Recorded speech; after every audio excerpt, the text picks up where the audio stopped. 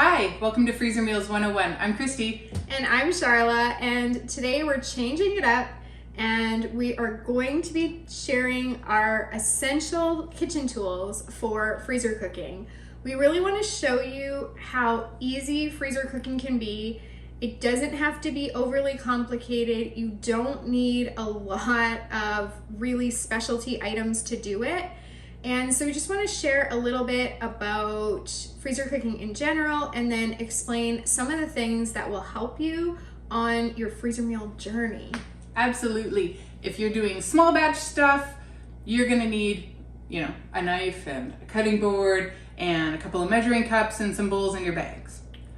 If you are doing big stuff, I don't know if you've been around before, but Charlotte and I have been doing freezer meals together for over 10 years. Over 11. Over 11 years.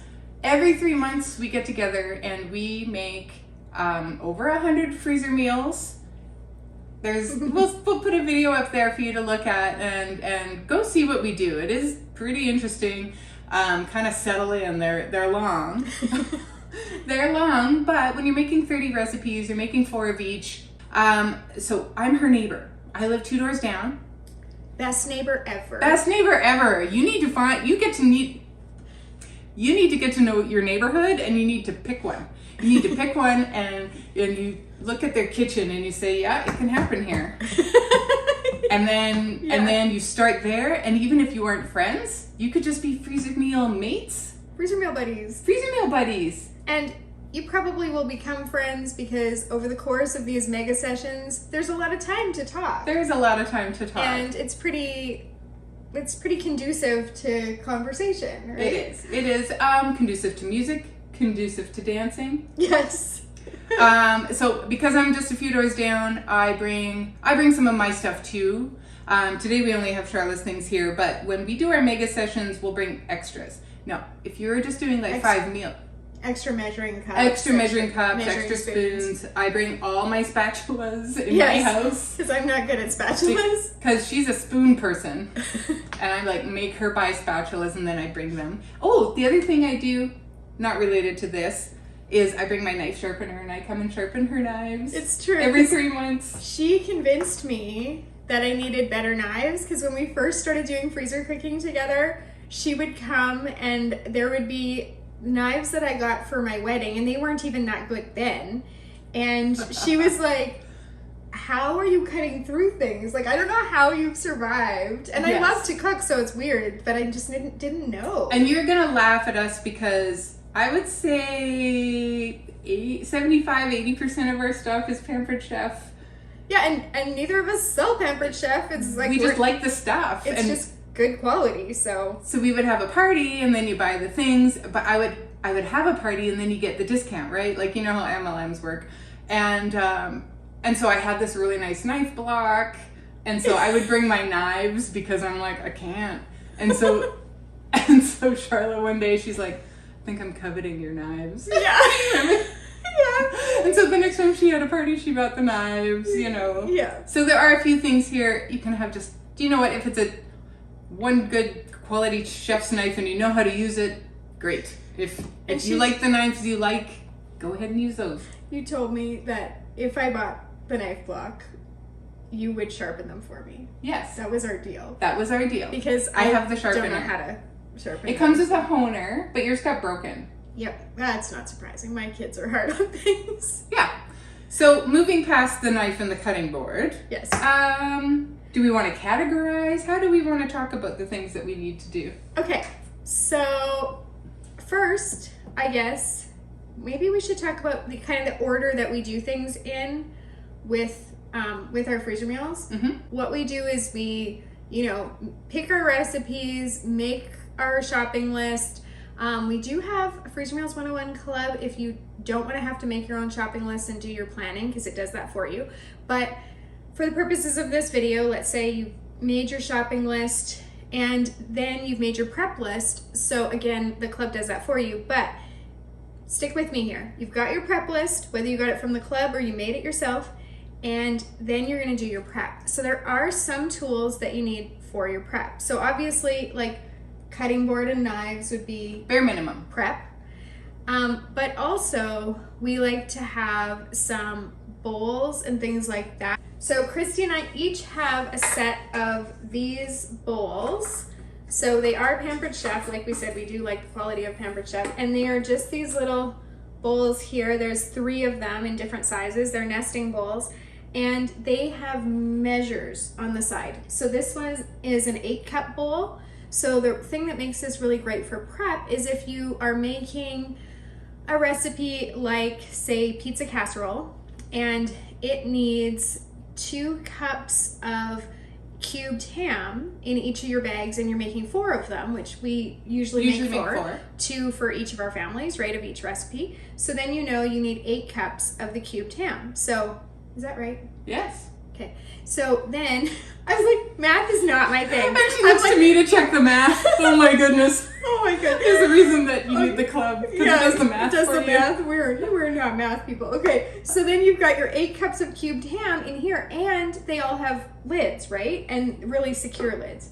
And so then you put your lid on, and then you can put this in your fridge overnight until the day that you're assembling your meals, right? And then Christy's got this same set at her house, so when she's prepping like her ground beef, she always preps our onions. Yeah, we have certain things that it's just happened that that's how it works for us to do it best. Yeah, Christy preps onions and cheese. And onions, yeah. And we each brown our own ground beef. Yeah. You brown all the sausage. Yeah, and I do, if we have cooked chicken yes, that we need to cook that. cube.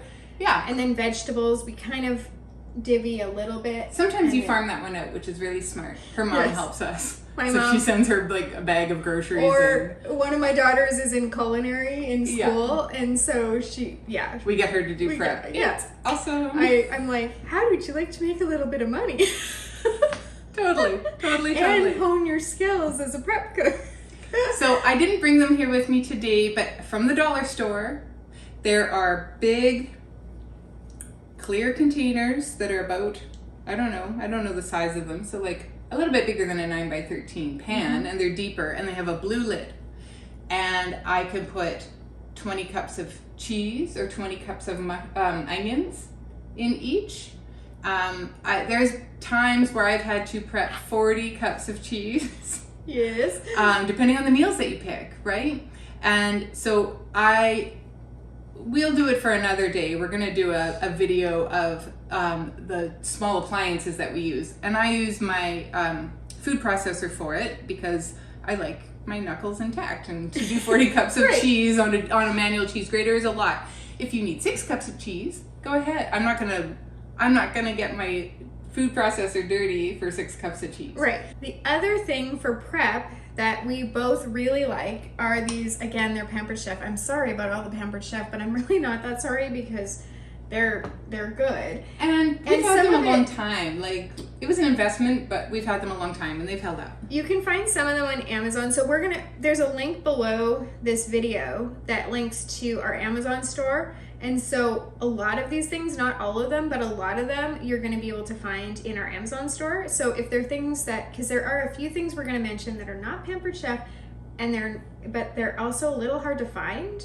And so that you need to go to that for. But okay, these Pampered Chef, again, bowls, they come in 3 sizes. Or I think they come in more than 3, but I have them in 3. They have 3, but then they have the big guy with the handle. Right, and I do have that one too. But they're little prep bowls and they have lids. So if we're doing, because a lot of times if you look through the videos in our channel, you'll see that sometimes we do just like 5 recipes and just like a 1 week's worth of meals. Right. We mostly do that to show you how to do freezer cooking. For our purposes, we've always done this like 3 months at a time thing, but now because we're trying to break it down and make it easier for others, we sometimes do that. And so when we're doing those, we're only, you only need like half an onion or yesterday I was filming some and I needed half a green pepper.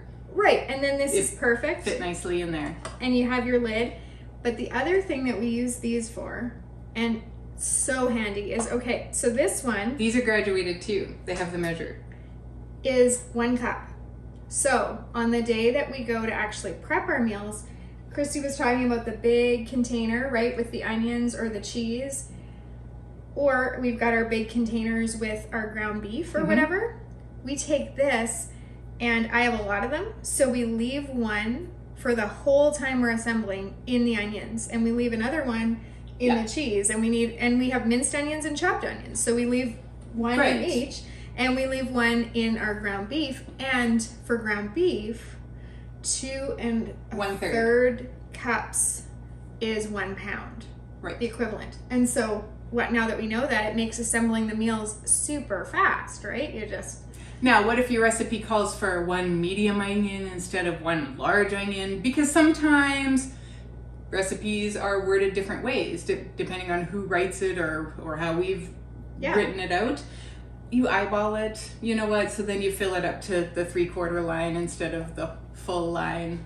There's wiggle room in freezer meals. Totally. Because what do we always say? Done is better than perfect. Done is better than perfect. Have we ever run out of onions? Have we ever run out of cheese? I want to say it's probably happened, but more cheese, yes. The other way, it's been more the other way, where we have some left over. Like either we had giant onions and they wouldn't all fit in this as a 1 cup.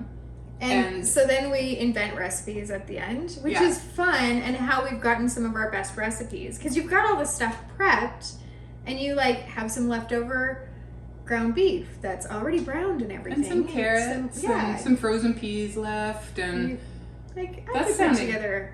That's sounding a little shepherd's pie-ish. Totally. Mm-hmm. Take your onions. Yeah. Right. So there's inventions that happen, and the prep bowls are a big part of that. And now I'm gonna let you explain how you do onions with this. We used to do it a different way.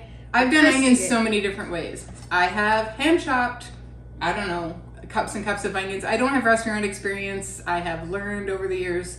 No, that's not entirely true. Years and years ago. You're pointing a sharp knife at me. I'll put it down. Years and years ago. Yes. This is the microphone. Years ago, I took my schooling for hospitality and tourism for hotels. But part of that included restaurant front and back. Just kind of an overview. I don't know everything about running a restaurant, but I learned things like restaurant management, or like the accounting, or kind of how things work in the back of a kitchen and how things work in the front of a kitchen. And we learned like wine pairings, and it was kind of an overview. I'm not an expert. Well, one thing I did learn how to do is how to properly hold a chef's knife. And it's like this. You want a knife that has a full tang, which means it goes all the way. This is part of the knife. It's not bolted in. This is the tang. And you want to hold it here so that you have a lot of control. And when you push, you can go down with that motion. And you will eventually get a little callus there. I bet your daughter is starting to get a callus from her culinary training. And that's okay. You kind of need the callus because it gets sore. So yes, I have entirely chopped and minced onions by hand sometimes. Then for a while I was using a mandolin because I was getting a little bit more of an even chop, and it was pretty fast to whip it through there. And we have a video about how to do it with a mandolin, so I'll put that there. Yeah. But then one day, I don't know even how I found it. Maybe it was somebody else's video. I don't know how I found this thing. It's on Amazon. And so we have a link below. This one is a brand called Sedhum. But it's this guy. And you can get, this is plastic and it does seem to hold up, but you can get heavier duty ones, apparently. And it's got this grid in it, and it fits nicely on its little catcher. And inside here are the sharpest little grids that you've ever seen. So if we want to chop our onion, we do this guy, and if we want to do minced, we do it with this guy. You can get a smaller mince than this if you're doing it by hand. I did when I was on the mandolin, I could get a smaller mince. The reason I don't use my food processor to do onions is because I always feel like you are 1 or 2 pulses away from mince to mush. Yes. And I don't always find it that even, and I would take bigger chunks and chop them after anyway, and I'm like, I don't know if this is for me. But I know people who make salsa in it all the time. So if you are a food processor user for chopping your onions, power to you. So this guy you pop it on here. We have a whole video on onion chopping. So we get that on there and say there are more plates than this. These are the ones that we use. And you can chop like red peppers, green peppers, all that kind Absolutely. of stuff in here. And Yep. like Christy was saying, you can get a larger chop Yep. with the larger plates. And so there's a lot of things that you can do. You can with quarter it. tomatoes. Maybe you are making salsa or you're canning tomatoes. You can slice hard-boiled eggs because they've got just the lines. Yeah. Yeah. And so you would put your onion in. I did figure out I'll quarter my onion, and if I put it in that way, it makes a more even mince. I don't personally care about that stuff, but one of us does, and so then we both care. And that's okay. She's so sweet to care for me. I care. She cares, so I care. You plop it down, the onion falls in below, bam, you've got your onions. Now, the best part about doing the onions is now my son, he's not 12, he's 13. Oh. Both my kids are teenagers. It just happened. I blinked and then it just happened. I will top and bottom them and peel them and quarter them. And he will stand there for 10, 15 minutes and run them through this thing because it's almost like a power tool. And it's so fun because it's like bam, you get your frustrations out. Honestly, like You do. It's actually really cathartic. It kind of is. So If you're having a bad day, prep your onions. and you'll cry. And that's okay too. So you're releasing like the emotions through the tears and the anger, like absolutely. healthy anger. It's healthy right? anger. No. And so yeah. So I do that. We prep our cheese, we prep our onions, we brown our beef. There's a couple of different ways that we do that. That's in another video. Yeah, we've got lots of videos to show you how we do our prep. And But this is about the tools, not about the prep. So there are two more essential tools that like make or break, in my opinion. Well, one of them for sure makes or breaks freezer meals, and that is the labels. The labels. That's the thing I'm most proud of. Christy is the one. I've told this story before, but I'm going to tell it again. I'll give you the shortened version. The first time we did freezer meals together, I got here in the morning and the whole kitchen was set up with stations. She was such a busy beaver the night before. And so she would have the recipe printed out with all of the cans and the stuff that you needed to make that thing with the bags there. And she had stayed up and watched Grey's Anatomy and hand wrote all of the recipe names on the bags. and the cooking instructions. And the cooking instructions right on the bag. And Sharpie. so after my hospitality excursion, I went into admin, and so I have a really strong admin background, and I looked at those and I said, no, there's a better way to do that, and I'm gonna take care of that for you. Yeah. So the next time we did freezer meals, we talked extensively about our list, but even more importantly, we talked about the cooking instructions, and I made us some labels. And I had these at home already. When you do admin for a living, You just have labels. you just have labels. You just kind of do because you get used to those things at work, and then it's nice to have them at home.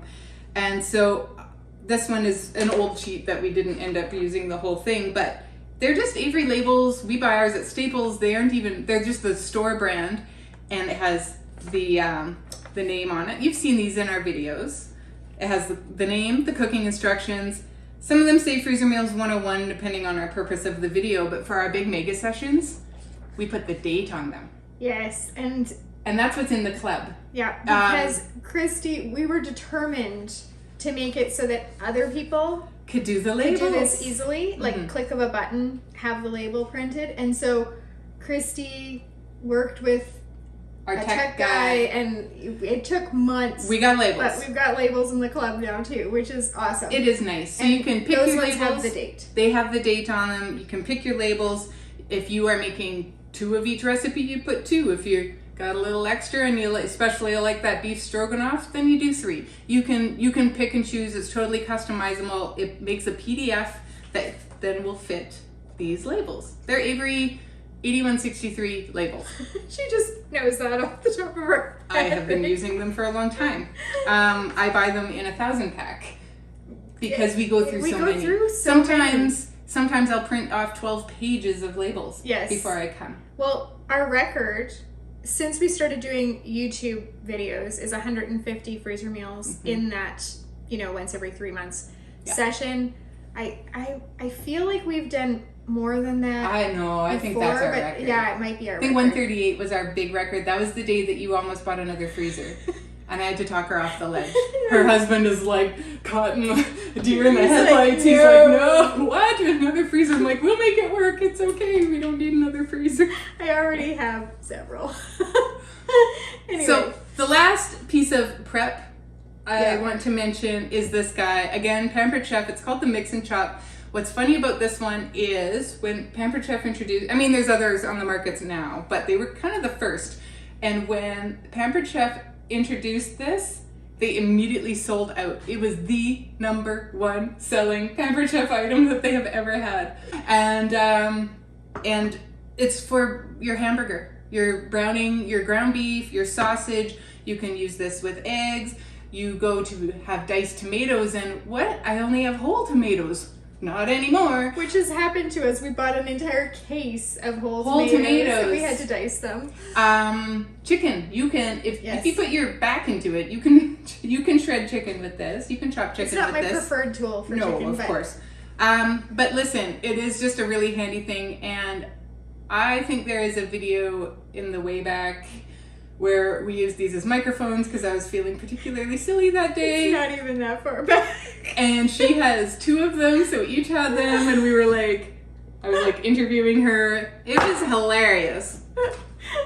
Okay. And that's it for our prep. That's it for prep tools. Now, again, you could get by with less, and especially if you're not doing the big mega sessions, then you can get by with just some bowls and with lids. That can be an ice cream pail with a lid. I've totally done onions in an ice cream pail. Yeah. Do you know what pail I like? Is the honey pail because they're so heavy duty, right? Oh yes. A big gallon of honey. Oh, those are good for the ground beef. Those are good for the ground beef. Yeah. Yeah. So that's for our prep. Now we're going to get into what we use to assemble. But one tool that I didn't mention is caffeine. You don't have to, but mine is tea, yours is coffee. Mine is coffee. And if you're going to be doing a lot of assembly. And here's a tip. If you're going to make any freezer meals that have wine in them, if you're not using the entire bottle, make sure you do those later in the day because if you drink the wine along the way, you'll make mistakes. Like I'm not saying from experience, and I don't even drink anymore, but there was maybe times when we probably had the wine at 1 o'clock when we should have maybe saved it for after the meals. We have a pesto minestrone soup that has a cup of wine in it. It takes a whole bottle if we do all 4. Yes. So then you don't have any left over. Yes. We've got a few recipes that have some wine in it. Soup that has beer in it. We've got, but yes. But that's just my tip. That's my guideline for you. Do the wine ones at the end of the day. Don't start with them. Or de-alcoholized wine. You can have as much of that as you want. Give her. All right, next. Okay, so kind of the critical thing for assembly is containers. Now, I do have a whole video on containers. I'm going to link it right there because it is actually enough for a whole video. So for today's purposes, we're just gonna briefly say what we use most of the time, not really go into it much. But we've got our large bags. We recommend you use a brand name bag because sometimes the less expensive ones can leak, and we know that from experience. And you don't want to go to all this work and have it leak. And that's kind of a mess too. So we use a brand name bag. And this is the gallon size bag.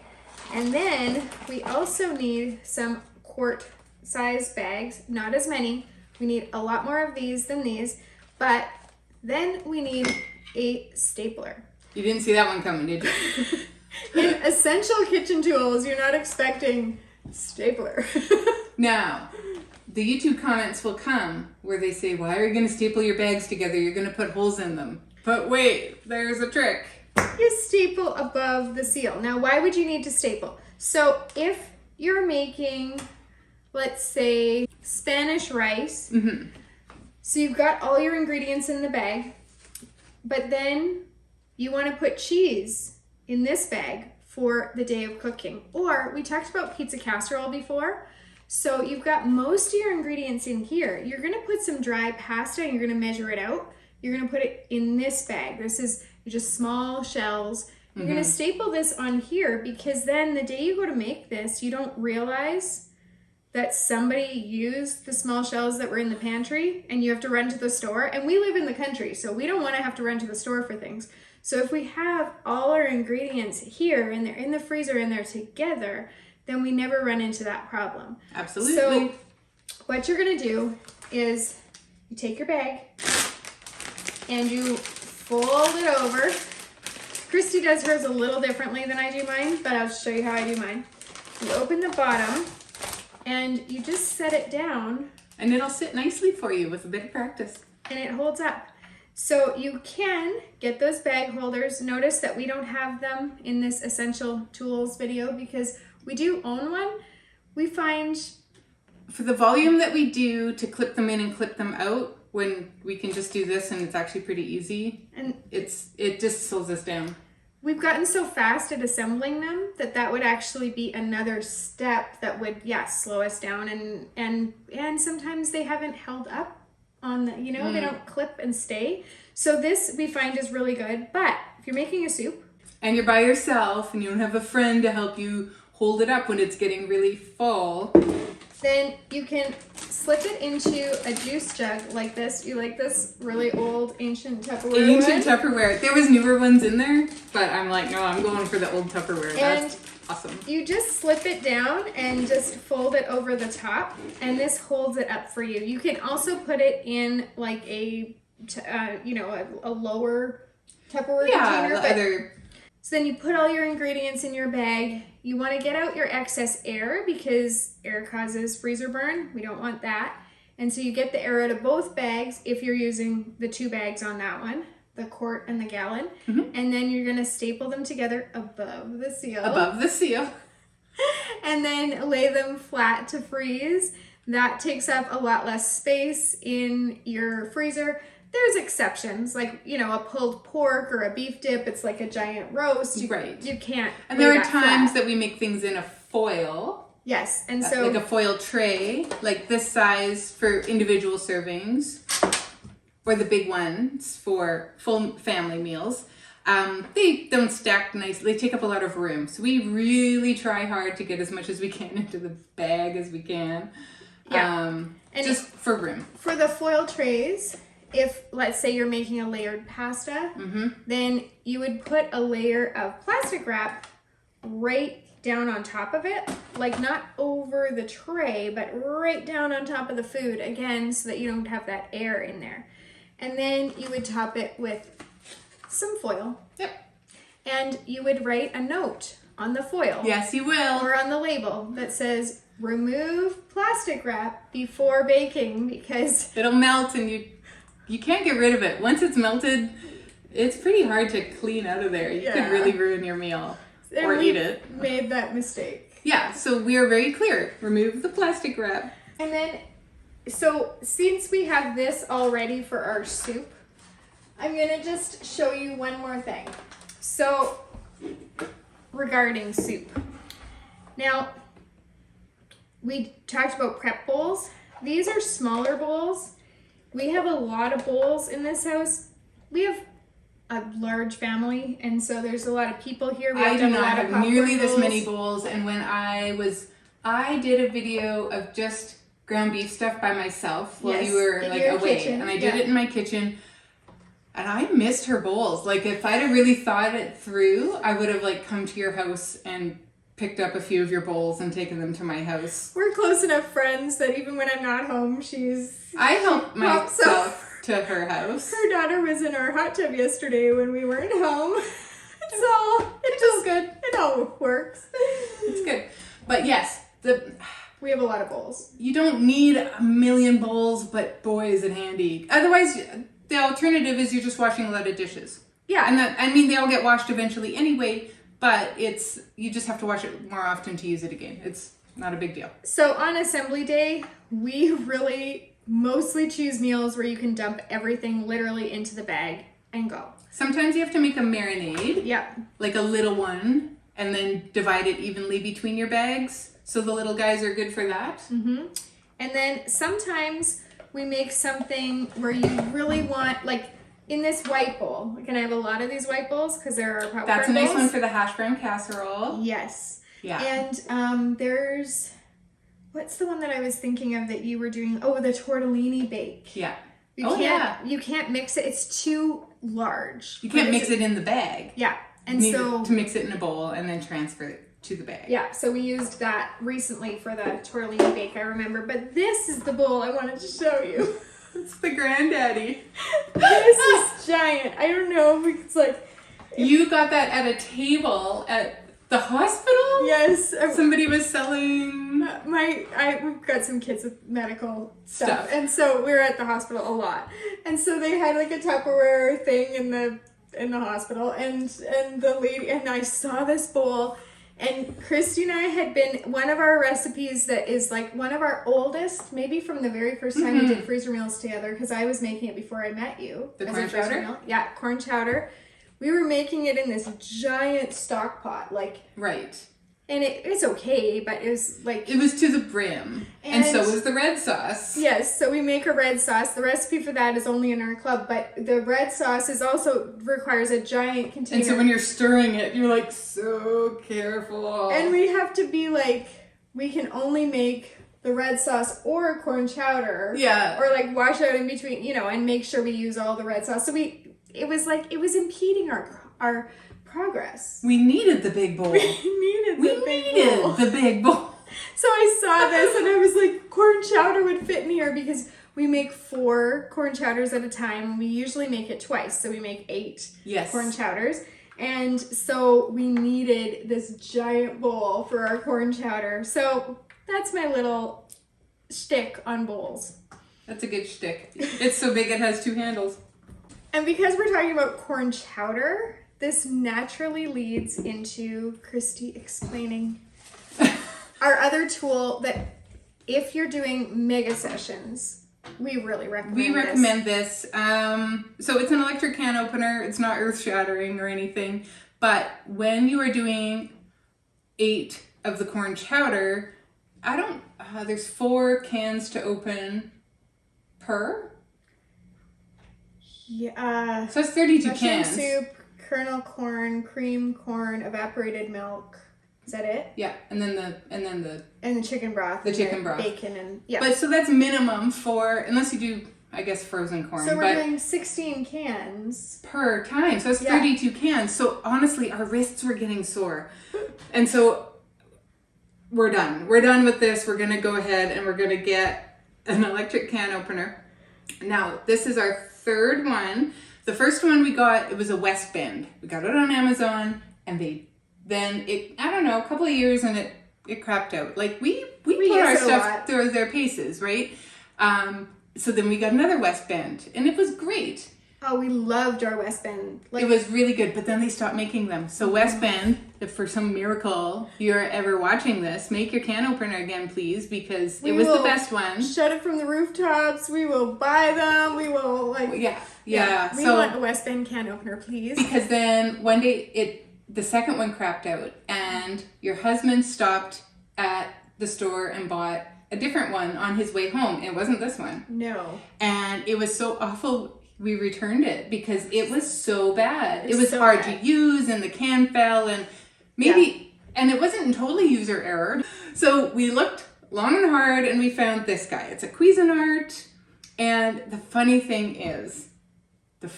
so I shined her up today because she gets a little grubby. Yeah, we're going to be showing her off. And this touches every can that we open, right? And so this part comes off. Like, I actually soaked it and gave it a good scrub, and it's all clean in here. And I was wiping it down, getting it ready for the video. This is so funny. Spit and polish. And so I just thought, oh, maybe it's got, crud on the bottom. And so I was going to wipe it. And I laughed and I showed Charlotte and I had written on this one and it says, bought February 22, 2020. Good luck, Canny 3. And so this is Canny number 3. And it's so funny that we haven't dated. We haven't dated. So it's 3 years old and holding strong. Oh, it's doing great. And considering... There are times that we think, oh, it's maybe going to be on its last leg soon, but she's really holding in there. Yep. I would still trade her in for a West Bend in a heartbeat. Oh, yes. And somebody in our Facebook group just bought a can opener. It's a Black & Decker, and it has the safety lid. So it pops it off or makes a nice even cut so you can't cut yourself. Oh, it's got okay. it's a safety can opener, which I had never seen in an electric one. So I'm kind of keeping that in the back of my mind if she ever craps out. But we're almost 3 years, and she's opened a lot of cans for us, and she's saved our wrists. It was so funny to find that on the bottom. That was this the funniest morning. part. Oh my goodness! And it's so something Christy would do. Do you label? Okay, I have a thing. People label when they go to Costco and they buy like the giant thing of garbage bags. Yeah. They'll label it, what day they bought it, and then they know how long that lasted. It doesn't mean anything. It's just kind of a curiosity. Interesting, yeah. Because I had the same thing of plastic wrap for 15 years. That's a long 15 years, because I just didn't use it a lot. Yeah. It took me 15 years to get through my giant Costco size of plastic wrap, so my new one has a date on it. And we'll see how long it takes you to go through that. So it isn't unusual for me to label things or date things because it's just kind of funny sometimes. It's funny. There's no other reason for it. It's just funny.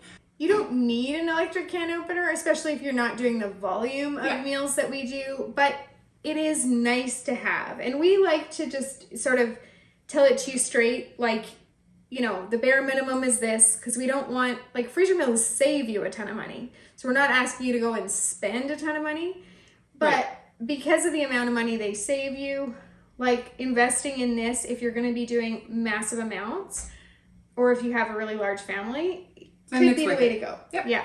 The other thing about if you do have family, you can teach your kids how to do it. And my son, again... It's a power tool.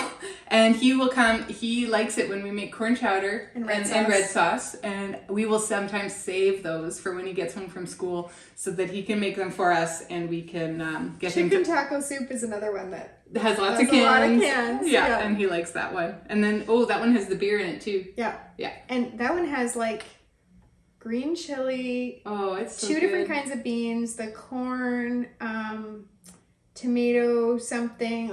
It's got at least 5 cans per bag. Yeah. That's a good one. That's so funny. He does like to open the can opener. And then just kind of your general odds and ends that most kitchens have. Charlotte had a really sad set of measuring cups, so I would bring mine over. And for her birthday last year, I bought her a new set because I cared if I could use them. It was for you, but it was kind of for me too. Pretty. They're pretty. They're pink. And she surprised me on video. Oh, that's right. So it was it was cute. It's fun. Another gold mine kind of. It's a specialty item. This isn't an essential one, but it is super handy. This is a strainer, and it's graduated. It's got the measurements in there. And you can hook it on your sink. This hooks on the middle bar of your sink if you have one of those kinds of sinks. So you can dump your kidney beans and then rinse them. And what a lot of times we'll do is then we rinse the can and dump the beans back into the can because we'll need 4 cans of kidney beans, right? Yeah. So everything gets a rinse, it gets drained back into the can, you're on to the next. And I do spinach in here, when you have to thaw your frozen spinach or squeeze the water out of frozen spinach, I do that in there as well. And I mean, this is not something that's essential. We're not saying go out and buy one of these, but if you find you're opening a lot of cans that need to be drained, if you find that, you're making a lot of spinach dip or whatever, then that's something that, we've found it kind of handy. Yeah, absolutely. And of course, measuring spoons. They're kind of noisy. Yeah. And at one time you had 3 sets of those. One has gone missing, but we have 2 sets. And if you're doing it with a partner, you definitely need 2. And you used to have an IKEA spoon, and I don't know where it went. I think just as your kids grew, you eventually got away from the IKEA spoon, but that used to be our garlic spoon for the longest time. Yes, it was. We would have the jar of garlic. We get it at Costco. It's so much easier, but we just leave a spoon in it. And that's about a teaspoon. And yeah, now we use like a regular spoon in there, but we also keep a measuring spoon. I have a 1 tablespoon measuring spoon that we keep, and it's like a random, like it must be from another set somewhere long like ago. Forever ago, like when I first got married kind of thing. But it is in our dry onion soup mix because we buy dry onion soup mix in bulk. We keep that in the dry onion soup mix because how much is it? It's 3 tablespoons is equal to a packet of dry onion soup mix if you buy it that way. And it's interesting because sometimes when we're doing freezer meals, some of the recipes call for that quite a bit, and other times we don't use it at all. Yeah. It just really depends on the recipes that we choose. And same with taco seasoning. It's like we can go through a Costco size in a year, or we could have it for a long time. Yeah. So okay, as always, we've kind of gone off on little tangents here and there, but that's just how we are. And so if you're new, welcome. And this is just how our brains work. The other thing that is really handy, again, not a necessity, but if you don't love scrubbing pots or dishes, if you don't love dishes in general, then you're going to be so excited about this. This is crock pot liners. Have you ever read the Amazon review about the man who was learning how to cook and he fell in love with his crock pot? And it's a long Amazon review, and he talks about how he fell in love with her and she took such good care of him, and it was romantic. Like he wrote it like it was really an exercise in creative writing. It was quite funny. But then the scrubbing, and he began to resent her. Oh, and he began to hate her because of the scrubbing. But then he discovered crock pot liners and it allowed him to love his crock pot again, and it is hilarious. So I also am in love with my crock pot liners. So you just take this, you put it over your crock pot, you just fold it over the rim. It's food safe.